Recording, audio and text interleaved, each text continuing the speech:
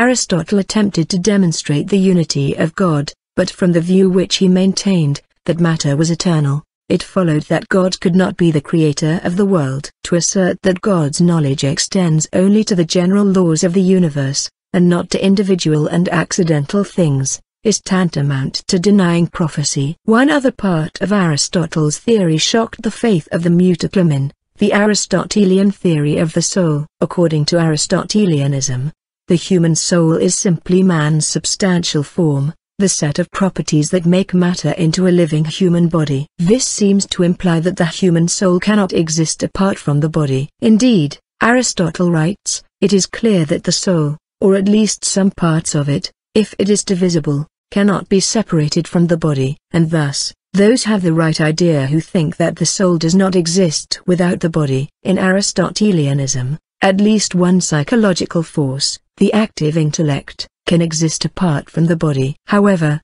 according to many interpretations, the active intellect is a superhuman entity emanating from God and enlightening the human mind, not a part of any individual human soul. Thus, Aristotle's theories seem to deny the immortality of the individual human soul. Wherefore the Mutakallamin had, before anything else, to establish a system of philosophy to demonstrate the creation of matter, and they adopted to that end the theory of atoms as enunciated by Democritus. They taught that atoms possess neither quantity nor extension. Originally atoms were created by God, and are created now as occasion seems to require. Bodies come into existence or die, through the aggregation or the sunderance of these atoms. But this theory did not remove the objections of philosophy to a creation of matter. For, indeed, if it be supposed that God commenced his work at a certain definite time by his will, and for a certain definite object, it must be admitted that he was imperfect before accomplishing his will,